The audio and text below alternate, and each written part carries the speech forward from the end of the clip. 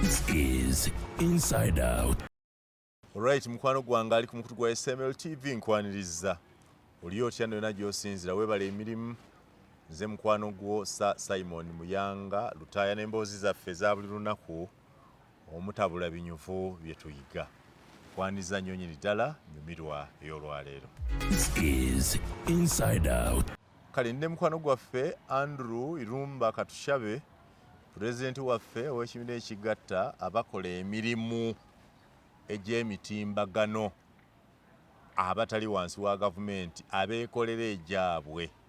Pulezidenti waffe ate Pan-Africanist ddala ndudde okumulaba tumaze akabanga tetusikana na Irumba mubadde mumunsaba. What I am not sure of is whether my friend is in the right state of mind. Irumba sikyakutegeera ndaba bino what this is a bango ate nkulaba nabi nebi mu bulago by'abakazi kati ndaba nkapu. For a modern man like you to carry a chikapu, this is very traditional. I last saw this thing when I think in primary 1, 2, 3. That's what's the chikapu about? You have insisted. What's wrong with this one? What is this? Chichecho. Zino ndaba. These are beads. Bulinga bukomo bunyere. Lwaki omusajja abwambala? Kitegeeza ki ekyo? These eno bino byolaba bino. These represent Africa. These are Pan-African colors. We are blacks. Eno esawa yo nga togyekengera ng'ekoleddwa muzungu. Lwaki weekengera bino bibyo? Kino kikyo. Kino ekikapu. Bwe twasomanga edda mu kyalo, this was our handwork. Omanyi subject gye twakosa ebyokosa engalo handcraft. Ffe twagitanga handwork. Mu primary nga tusoma edda we nasomera. Kati twarukanga birago bino by'okutuulako maths na bino. Nze naluka ffe twarukanga miguwa ejjente. Kati materials za bino twazijjanga mu bisaalu mu bitoogo. N'okiruka n'okola kino. Kati mukulu Muyanga njagala ombulire ddogo ki eriri muno lyotya oba kizibu ki? What problem do you attach to this one? Naye you don't attach a problem to this one. What is the problem? John agenze mu mbadde ngenda ku speak resort Munyonyo. Waliyo conference ya Africa Youth Congress. Africa Youth Congress. Aba Africa bona abavuka bensi yonna bali awo Munyonyo awo for 2 days. Ntuse ku gate. Omusajja akebera. Abalala bona nabaleka nabayitawo ne baga zaabwe. Nze nanze bali nangamba kino kisigaze wano. Mbadde mukubye ebikondi. Nemugate negozanyira kwano kuserena. Emini ku speak resort. Irumba ne Sudiri tobamanyi koro mulimu gu. This is my bag. Ngoli omukyala bwayise ne bag y'abazungu. Ngoli omwami bwayise ne handbag ye. Ngoli omwami bwayise ne laptop bag. Mpisewo neno. What's wrong with this one? Ate nga abingamba muyindi. Newaza n'omuddugavu ali ku radio call na musupportinga. Nemugate gwe nalisonyiwo no gwate nja kukubira ddala. Tujja kulwanira ddala wano ku gate. Kola ekyamakulu ondeke mpitewo ne baga yange. Nabagenda ne kubya obusimu ne bategera Irumba. Omanyize bwe mbande ku kituufu. Ne bwoleetaani sivaawo ate sidda mabega. Kubanga ate nsibe emodoka emabega ne banga nsooka enzira ebbali ensonga yange bagikola. Naye nga nedda sebo. Ojja gikola ko gimalize nga ndi wano mu line. N'abali mabega balinde. Paka bw'onoomaliriza. So kirungi nnyo okyogedde. Abaddugavu mukulu Muyanga ebintu ebyaffe tulowooza bya malogo. Bwe baali baziika gundi bwe yafa Queen we Bungereza saawa 9 gw'ekiro 11 omusajja yakeera n'ebintu n'atanga kumansa mu lubalaza mu lujja. Oba wamulaba? N'amaasa. Mu church buli lwasande okuwa omugisa oli afuna amazzi gali mu kacupa n'aja n'akola bw'atyo era n'oweebaza n'okola singa nze wano mbikola kati ogamba Irumba atandise eddogo. Irumba oyo mulogo nnyo. Nti yotandise kutunda mumbwa because what we know zino ensawo so I was wondering a man of your caliber odato otya kati I have decided deliberately okutandika kola abantu abaddugavu bye baavaako nga tebabyagala nze byenkola kati high level meeting ngenda Burkina Faso on next week Wednesday eno yegenda kusooka munyonyi eno era nja kubifananyi kusindikira banajikiriza yeso bwe bangana ticket yange ngina visa gune ngina na buli kimu nkina leka bagigane ngenda na Ethiopian Airlines kanki kugambi kabagigane tujja kutandikira olutalo we must liberate Africa Ethiopian Airlines yabaddugavu kabagigane you will see yeno yesookayo this one you are going with this one yesooka munyonyi nganze sinayingira bagigane we will start from there tuina kweyamba. Don't you feel out of place? Out of place for what? Musajja w'emyaka 4 ali mu kutambula na bikapu. Gwe don't you feel out of place for kwata baga eyakolebwa mukyene ng'otadde mu laptop yo ng'otambula? Do you feel out of place? No, I don't. Kati why me? What's wrong with this? Material yeno gwe mugoge wa mukocha. What is this? Byai. Bino. Nga babija mu mugoge wa mukisaro kye wa mojo wasomera ku kyalo mu. Bwalimu emigejo je tubisanga. Ewafe mukyalo abatoro tubita orufunzo. Runo. So njagala mbulire Katonda bwe yateeka orufunzo naruteekamu eddogo. Naye orufunzo rwa China teruli mu ddogo. Olwa Africa rwo lumu eddogo. Katonda wa musanga wa muyanga yakugamba ebyo. Andrew Lumba. Abantu government no such a Pan-African. You are too committed to the Pan-African. You know, we must liberate. I am a Pan-Africanist. I loved the Pan-Africanism from school because we were studying. Tried to be so much of it. But they sounded like stories of the old times to tell that they are no longer applicable today. I am only finding you who is insisting on applying them. I follow your Pan-African show on NBS every Saturday from 4 to 5. 4 to 5, and I see the things you discuss. I think you are doing right. Back to Uganda. Where are yourself? I don't cause a bulungi okumpa yakadakika kamu bubiri kwogera ku Pan-Africans. Kiki kitulina kukola. Kitegedde kubanga.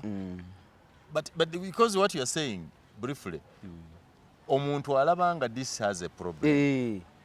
Naye banga eziva China. The bangles are filled everywhere. Tezina buzibu. In fact, bwozamba agamba is a modern man. You are modernized. Omukyala gwosanga yambadde wano rings atadde wano batanse n'okumula ennyindo n'olulimi n'enkundi bataddewo ebigundi by'ekisiru ebyo. Oyo bagamba is in fact modernity yo bagirabira how many times you have pierced yourself. Abaddugavu olaba ennaku zino bakopa tattoo oziraba. Omusajja omuddugavu mbalaba abasambi bakapiira kubanga omuzungu yawumula yekuba tattoo naye yekuba tattoo yenna omubiri yenna n'agumalawo. Omuzungu ejjali eri wali eddagala erimulinze in case afunye kansa bajja gizanzaba. Eddwaliro weriri already zanzaba kansa. Gwe muddugavu gwe musiru gwabikoze ng'ebyo omuzungu ono bw'olwala kansa gwe sentence yo eddwaliro lyo taka. Kubanga eggwanga lyewammwe terina yadde kyeritegeera kukuzanzaba kansa. Nene we metatatu. Kubanga omuzungu abikoze. You know that in the long run you'll have issues. Oli ayinza n'ogenda nga muddwaliro buli myezi ebiri ne bamukebera tattoo ezo kuba tuziteeka waliwo obuzibu ku skin yo. Bwe basanga waliwo obuzibu babuzanzaba. Kati ate gw'ogyetaddeko omala emyaka 10 togenda nga muddwaliro. Oligenda kitegeera nti olwadde skin cancer nga tokyagizanzaba. Kyokka n'ewammwe mu ggwanga ly'ewammwe kansa tebagizanzaba bakusindika India. Wogendera India ku stage 4 ng'ofudde. Omuzungu waali. Kati temutegeera. Mukopa buli kamu. Sigamba gwade. In our politics, just this week, the president of the leading opposition party, Omukulu Robert Kyagulanyi Ssentamu, yalonze Muhammad Muwanga Kivumbi owe Butambala okusikira Mathias Mpuuga Nsamba ya leader of opposition atera abadde vice president wa Uganda Munopu. Gwenga senior journalist. Mpako profiling these two candidates, these two people, you know them. Very well. Ekisooka njagala kuyozaeza Mwanga Kivumbi mukwano gwange.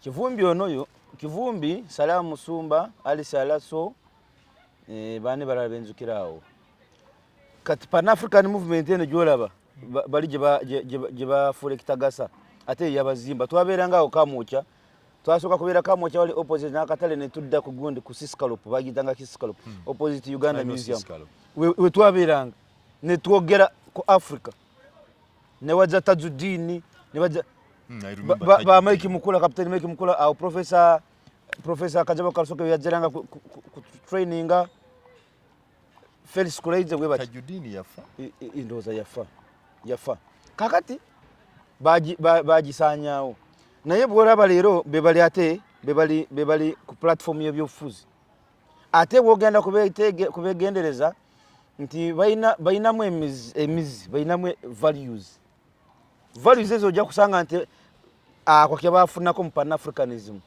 kikagenze neje bagenze ne kabafuula kye bali Mwanga Kivumbi ali omu kwabo Mwanga Kivumbi bwalemera ku nsonga nebo mugamba kene kizimbe kya bilioni 2 nkikuwadde ensonga giveeka agamba kisigaze Mwanga Kivumbi oyo akyali ati oba ojjukira Mwanga Kivumbi omulala oli ku Mwanga Kivumbi akyali bwati olwaleero ezo milioni 5 ezibawa Mpuge zamujja ku mulamwa ndowooza Mwanga Kivumbi yafunako omukisa obamuwa nesuukamu nazigaana oli yagenda ku milioni 5 ono ate nga n'oyo tanajja mu gundi mu politics kubanga ba Mwanga Kivumbi babeeranga mu UID ojjukira Museveni mu biseera biri ne gundi ne my brother ayafa Nobo Mayombo ba Rwomushana babanonyanga babapepereza babwemera mate biseera ebyo at that time Mwanga Kivumbi yalina ekisinde ekiri powerful the popular resistance against life presidency it was serious nyo it was serious kati goloza tebampepereza ne bateeke mu sente nazigana goloza tebampepereza kati ekitandikisa ono gundi Mathias Mpuga Democratic Alliance oloza anonyaki alonya nti aina valo jagenda gata ku byobufuzi anonya kusigala aina kwe yekutte asobola okunegotiatinga bulungi kubanga oli ajja kujja naga wina abantu bameka nti nina abantu emitwalo 10 sente mekezo bampe bilioni 10 kwata kati mwa abawudise wano ayagala kulaga omanyi mulo mu mateeka olekye beta busy body abana mateeka bakimanyi busy body y'omuntu okuva ku makyasa akeera n'akusooka n'okuvuzuka mbuliri n'azuka 12 neyebaka 8 gwa kiro nyo era bwonkubirese mundi busy iruba ndi busy ndeka bwogenda kumubuuza mpa obwedde okola ki nga tewali kyakola bamuyita busy body bwogenda nga mugundi mukuwoza emisango mutudde oli mujemba agamba this one is a busy body tandikirawo ebikondi abakufumya ekinene nnyo you are busy but doing nothing. Wow. Olinga omuntu omulalo akeera ku makya tobalaba abalalo neyeetika emigugu oyizoloza mulimu ebyomugaso nga temuli kya mugaso neyeetika emigugu n'ava wano wetutudde kati n'atambula paka mu kibuga n'emigugu gye n'atuuka oli n'agiteekaawo n'atuula ne buziba n'addemu n'agyetika n'akomawo wano naye nga tegina kyemugasa talina kyatwala tamanyi kirimu talina kyatuusa talina busy body otyo kasenyango ogimanyi njiwulira ogiwulira yeetika enku n'ogisanga ekurosinga oluguudo nga ne speed ekendedde etambula nnyo mpola kubanga ezitoweereddwa yeetisa enku n'ogibuuza ofumba ddi zino enku zikukolera kitayina kyezikozesa naye ng'ezeetise mulaba n'abeefuzi mwebali bwe bati Mpuga is one of them akuteerawo Democratic Alliance gw'olowooza atategeera nti alina kyamuku kyasobola okugatta ku politics of the country naye nga in the real sense naye nyini akimanyi nti ekituufu kiri siina but I have to look busy. Lwaki tokirowoozezza nti is trying to preserve decency nti nga buli mu politics afuuse waabayaaye waabayaga waaki katuteekewo ekintu ne bwe kinaaba kyabatono naye ekyabalimu ensa people who are following politics of reason kati ate bwe tuba tunoonya decency okutraininga nti otandisewo ekibiina ky'okutraininga decency ate headmaster waakyo tasobola kubeera Mpuuga kati singa oŋŋambye ekyo n'oŋŋamba General Gregory muntu yera Mugisha muntu nange nkukkiriza nenga kwata mu ngalo ffe tetuli ku byammwe bino ebya agiwadde omuliro tuli kuzimba ekintu enkya ekinaavaamu ebibala ebinaatwala eggwanga bwongamba leta y'omu Mugisha muntu bwongamba leta y'okubiri Kano Besigye ali mu kkomera gwokimanyi nti Besigye oyo abantu bonna abaali bamutambulira ku lusegere beemanyiiko gundi Zorin Nyanzura Mwijuke Francis Samu Mugumya omuzukira nono yenyini kaltali nawo ID wa yali akola ku Radio 1 erinyana ndiyera bidda ID wa Muhindo. Do you know that their characters are very different from the people that are close to Bobby Wine? Yes. Okimanya ekyo? Yes. Why? They learn from the master. They learn from the master. Master wabagamba saagala nguzi. Saagala kuvuma bigambo okufulumya ebigambo bibi. Ebivuma. Nga bw'okyogera mulimu ekka ne master wo. N'ayomba. Enkye tosobola kyogera ate muli mu bantu kubanga mu bantu ajja kubatula oluyo oswale. Bwe mukyogeredde munda muli babiri n'ayomba. Tokosa bigambo bivuma. Ate bw'okyogera mu lujjudde akola ki? Ajja kunyiga nnyo. Kitegedde. Naye politics bano gwe bazimba n'empuga mu mutwalidde kati ayagala kulaga nti ayina enjawulo gy'ayagala kugattako kuva ku bali. Muyanga tewali. N'ekirala njagala ogenda onoonyereze the motivation eya pushinga Mpuuga okutandikawo ekibiina Democratic Alliance. Mpuuga idea yagiina ddala kuviira ddala mabega nga ensonga ne ya milioni 5 tenajja obezze kati nga bamaze ku muhouding eri. Waliwo okutandika wano idea nga it has been your dream. Yes. Waliwo okutandika idea kubanga oyagala okulwanagana na bali abakugobye wali. Nawo n'otandikawo. Revenge. So eyo ogwo tegusobola kwa musingi. Gwoga nti njagala kusomesa abantu ebyobufuzi. Mpozi ngoyagala kusomesa abantu efutwa. Awo kikola. Nice si politics of substance ngabo ojogera. Nkusuubira okubanga owagira politics alimu ensa. Kituufu. Naye ate nkulabanga ali ku side ya politics. Owaabayaaye, owaabayaga, yongera omuliro, pilot bwekulema gite. Ate ntya.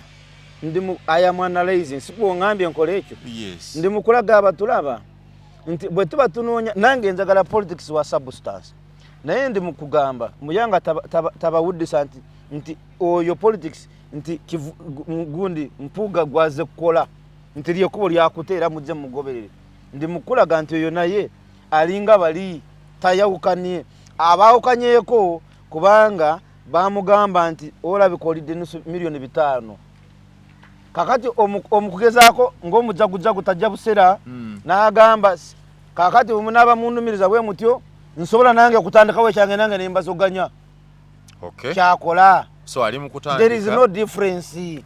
Njagala kugamba nti Mugisha muntu bwajja n'atandikawo ekibiina ekyo kyatandikawo teyakitandikawo nti lwa busungu yakitandikawo ng'alina agenda y'okukyusa ebyobufuzi.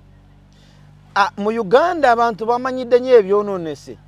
Mugisha muntu olwaleero ayinza obutakukolera makulu naye ate Uganda gye yaliraze. Naye olwaleero tasobola kukola makulu. Tuli wano ku social media kati we online. Okimanyi nti mukulu muyanga emikutu egiri ku online egyogera ebintu ebizimba tegirina following. Okimanyi nti full figures naawe atukubisaamu emirundi 50 mu following. Obadde okimanyi? Naye bw'omuwuliriza oyiga ki? Genda ogoberera emikutu egiwemula naddala mu Uganda gye gisingayo abagoberezi. Naye n'omubuuzo waayi oyizeeyo ki? Tajja kuddamu naye nga byayagala. Okitegeera? Ayigirayo okwepicha. So kakati bw'oba oyagala okutuuka amangu gwe ku kyoyagala okufunamu ebyo by'okola naye bw'oba olina society gy'ozimba oteekwa kukola ebintu ebitamakinga people so comfortable ebitaba bugumiriza nnyo naye nga bye bituufu. Kati it may not make sense today naye abaliddewo bajja kutenda. Mukulu muyanga omusajja gwe bayita Martin Luther King Jr. we yatandikira okulwanira eddembe ly'abaddugavu mu America. Ebiseera bwe yatandikira abamu ku baddugavu banne ate baali bakwagana n'abazungu abantu kubabonyabonya okukonzera ono omusajja ayagala tuze kumulamu ono abaduka bwe bagamba omusajja ayagala tuze kumulamu omusajja ono omuzungu abada asasula sente bwaffe butonotono nga tukola masamba ge kakati bwe tunekalakasa natugobe nje tunalyawa kubanga Martin Luther yayitanga eno wansi n'abateekamu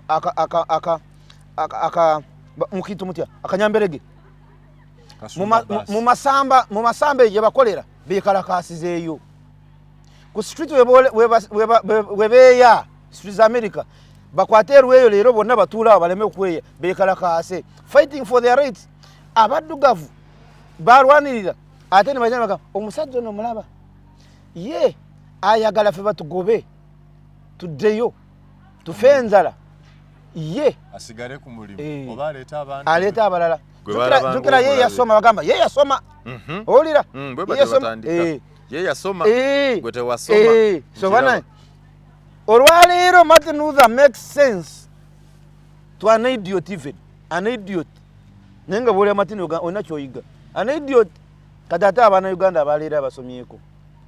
So bottom line gye njagala kuzimbira nti ate bwe tuba tunoonya kuzimba ebyobufuzi ebyensa byobadde ogamba ate nze empuga simugoberera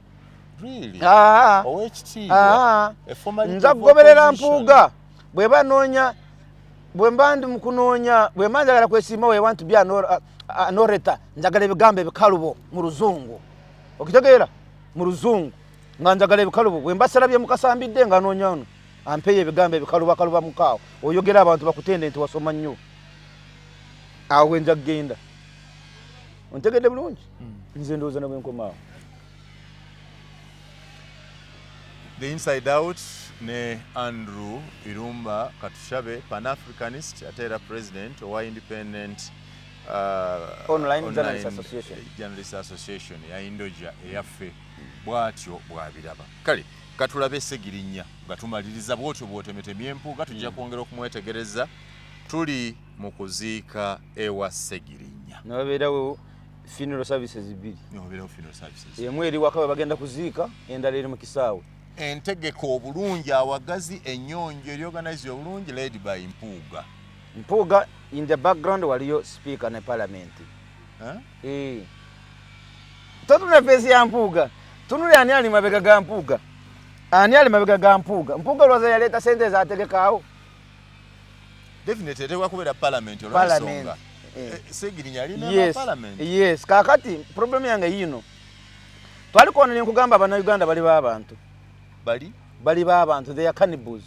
Sachi kugamba tamale mundu bwe yafa nombuuza nga twagenze kuzikanya ngamba saagenze kubanga nze ndoza yange sibwete bwekola nagenda twagenda fenna nenda batamale munga mulamu akatono kenalina nenkamuwanga mulamu twali fenna bulungi nnyo gwe wantwalayo ngamba muyango musajja encho yinza obutamusanga kenina muwana ali anga mulaba ozikira biganya ngamba very good Mutoro omujukira yankwata mwana very good. I'm proud of you Mutoro bulungi ne tusaba n'okusaba. Yes kakati that is me muyanga bwofa ate nendeta milioni 2 kuziikaako sente abalimu ne bazirya Irumba mbandi musiru basitegeera muyanga ye mukwano gwange si sanduko gye bagenda muziika muti gye mpanye ekitiibwa okusinga muyanga kati milioni 2 kanzo muyanga azigatte ku ddwaliro oba agule fruits ali awone njagala muyanga omulamu kati esanduko njagaza ati nerwe baziika ne bwemba siri baawo ojukira era kyemanyi tamale mirundi yagenda nga akoze eki ku mutima bulungi nnyo musanyufu kunze well. So kati nze nebyokuziika ne bitakuziika ebyo by'abantu ba bulijjo abali ku kyalo baziike owulidde naye nze omuntu gwe nali njagala nkoze eki omuwadde ekyokulya. Yes Segirinya bamusiba ng'amazima gali nti n'obwoba nga oli muzibe tunula wano muyanga ne bwoba nga oli muzibe naye ng'owulirako akatono okitegeera bw'oba obadde oli mu Uganda nga totonyeemu zo nga obaddemu okitegeera butegeezi ensonga ezasiba Segirinya ne Sewanyana za byabufuzi temuli mazima mwomu kituufu. Kakati gwe nga parliament you have a role as parliament naddala nga gwe basibye munnammwe you have a role. sikusindika senza kuziika. You have a role no kustopinga buli kimu kyonna kigenda mu maaso nga kwolo plenary eyogera ku babaka babiri abasibiddwa obwereere. Kubanga nkugamba leeta obujulizi nkuwa parliament nkuwadde government ya Uganda omwezi ogwo leeta obujulizi obulumya omusajja ono kubanga munnaffe staff waffe ate atuula wano naffe okubaga amateeka agatwala eggwanga mu maaso. Kakati taliwo kitegeeza amateeka tegabagwa bulungi tumwetaaga naye babamenyemu amateeka twagala mumusalire agenda asavinga. Kakati tulina obuyinza obugamba nga parliament kubanga n'amateeka gemuli mussa mu nkola ate ffe tugakola ne tugaba wammwe okitegeera ffe tugakola kitegeeza tulina obuyinza ku mateeka. So tusobola okugamba parliament government ya Uganda tugiwadde emyezi wagenda 3 tegire na mateeka gino kubanga bagamba in 48 hours omuntu oba tolese bujuzi omulimi mute awoze nga ava bweru mu police. Yes. Bwo mutwala mu kooti mu komera ku remand nyera bidenda kuzibawa naye they are legal days zebagamba within these days tu suspecting government efunye obujulizi obumala okulumya omusajja ono okumusingisa omusango. Bwe bate bumala omusajja agira ddayo kubanga you half guilty half innocent. You suspect kati tosobola kunteeka mu komera for 2 years nga tokakasa bulungi oba nakwata omwana oba saamukwata kubanga tubeera 50-50 otwalako eddembe lyange ettono nondekerako ettono eryotwalako ettono kwekugamba nti muyanga passport yo girete wano tojja kufuluma ggwanga muyanga buli nnaku z'omwezi 15 jangu mu kooti okitegeera muyanga leeta milioni 10 zabuliwo okuta muyanga leeta abakuyimirira 5 buli omu aleeta milioni 10 nga si zabuliwo eryo eddembe eryange olinzizeeko bijja kunkosa faso ne sente zange ozikozesa ozinzizeeko milioni 10 nzikuwe zibeeraawo. Ekyokuba sikyasobola nakutambula kufuluma ggwanga bwe manga ngenda kutambula nga luwa ensonga ey'enkizo maybe ndi mulwadde ngenda bweru nakuleeta evidence y'eddwaliro ndifaarinze nti Mulago hospital egambye obulwadde bwa muyanga wano mu Uganda temulimu abujanjaba tumusindise eyo evidence gye ntwala mu kooti yetwala passport yange nengamba based on this tukukkiriza era n'eddwaliro liteekako lyogenda era neeri wabeera ebambega ababega tofuluma ddwaliro lino bw'ofuluma eddwaliro olina kudda okitegeera eryo eddembe olinzizeeko naye nondekerako eddembe eryogamba nti njira ngenda noonya akasente akabeezaawo nze osobola okumpesa nga ne mulamu akabeezaawo mukazi wange asobola obutadduka asobola okukuuma abaana bange awaka eyo eddembe olindekera kubanga tonankonvictinga obwo obuyinza palamenti ebuyina nti nkwadde emyezi 3 noonya buli bujulizi buli mujulizi yonna gwolowooza nti ali n'obwaba aliwe bweru bw'eggwanga tukuwadde obuyinza munoonya omuleete wano sente zeetagisa okumuleeta oyo mujulizi gavumenti ezikuwe gwanoonyereza ku musango gw'omupoliisi gwe naye twagala mu biseera bwe bityo ng'omusajja okoze ki either omusingiza omusango oba omutadde akoze ki adde ku mirimu gye. Palamenti obuyinza ebuyina naye palamenti yakola etya ping pong ekolaga eri naawe naye nga kituufu kiri tekoze eki teri naawe. Politics ate zino si politics, this is politricks. Muyanga olw'enjawulo ya politics na politricks. Uganda okuviira ddala mu myaka 62 kuva mu mwaka gwa 1962 bwe twafuna obwetowazi tetufunanga mukisa yadde akamunyenyoko mukisa bwekati akapracticinga politics. For the last 62 years we have been practicing politricks. Nti nyefuulanga akukolera ng'ekituufu sikukolera neekolera neefuula ayagala ensi ng'ekituufu sijagala ebigisaanyaawo byenkola naye wano mu feesi yo bwe mandi nabanamawulire nga mba addressing nga mbalaga bye ngenda kukolera ensi ndagira ddala nti era naawe noweebaza. So yeyo politricks kati guno omutwe gwo guno omunabyafuzi agenda nakolawo ekisaawe nga nambuuli olaba ekyo nikafuka kapeti kwazanyira omupiira gwawo n'amala emyaka gaaga ameka ng'akankabula ng'oga omusajja enkya kati bwe tumuwa ekisanze enkya agenda tukolera. Nabadde Rwanda kati kankunyumizeeko kasitore katono. Kagame yakulira mu refugee camps wano Uganda. Refugee camps Kagame yakulira mu refugee camp Kagame primary nagisomera Fort Portal ewaffe. Olidi Kagame sekyo nagisomera wano ewaffe. Kololo Kagame nayingira mu majje ga wano. Kagame nakola musiyema ya wano. Kagame nayetaba mu lutalo olwanunula eno ensi. Kagame nga katono bwe katyo kaavu tikaina sente.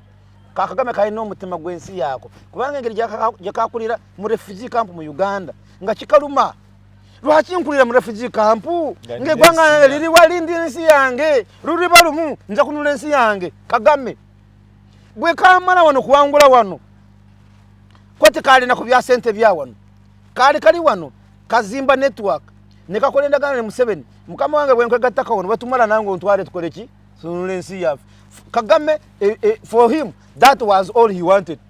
Si sente siki yali ayagala kununensi ye. Kati abana bwete ba mu rutalo. Gwe ompa meka olwaliro ompa sente meka. Kagame sibi ebi.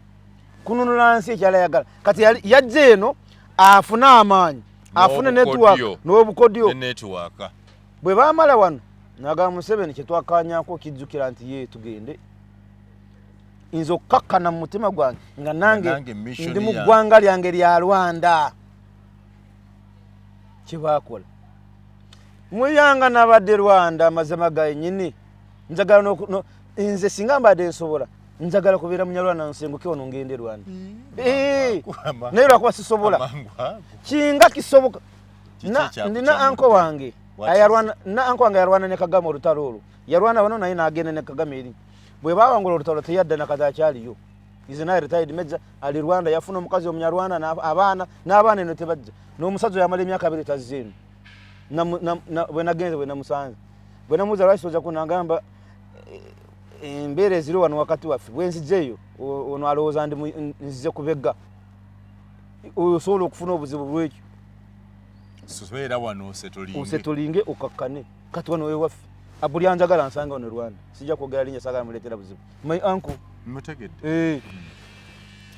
Navudde ku Katuna border kuyingira paka Rwanda Kigali budde bwa kiro naye nga the entire road network streetlets walaba streetlets eziri ku expressway zeziri ku luguudo lwe Rwanda kuva Katuna paka Kigali munda mwe wano mu stade kana akakubo kana akawano ka express highway ako mwe wana muli bakabi Rwanda emotoka okukola bukozi bweto ne wenyenya musango oluguudo kapeti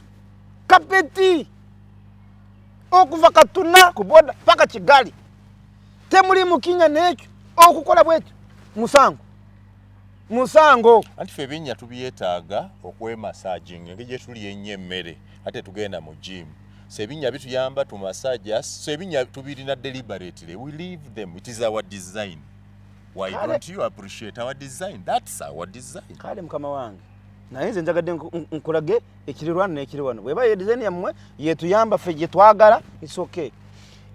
Makubo ga Rwanda nabadde nawo linali nawo wano ku kkubo lino erigenda eno Bahai road yawo that Bahai kuva wano Kisasi roundabout ogende Bahai bwotunulira trench gye baazimba ngo amazzi mwe gayita trench ntaana mbagizima ngo amazzi mwe gayita omuntu n'ogwayo eyo n'emmotoka tovaayo Rwanda trench ntono amazzi gayitawo ate bwe baba bagikola nga nnene waggulu bateekawo pavement naawe kenyini otambulirako webigere n'emmotoka nakola ki osolo bwe aba olwa accident oyagala kwewonya osolo gikosa as an escape route ku kkubo eryo lya Bahai road ndaga nti bw'oba olabye omuntu agenda kutomera wano oyina wosolo kwa avoiding accident oyingira mu gundi mu trench eyo obeera wano ne mwetomera ne mufa the inside out kakati n'ogamba bana abantu irumba katushabe muyango ozimba otya trench ng'ozimbe nga ntaana mbo amazi bakugamba kola Victoria egenda kusenguka ejja eyita mu kibuga Kampala genda olabe trench eyita wano ku Hamu Tower awo kuva Makerere okkirire eriye kubere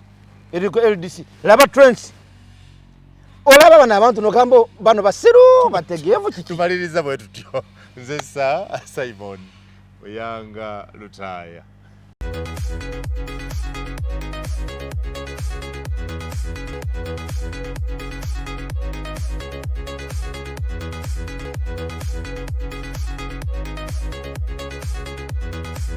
This is Inside Out.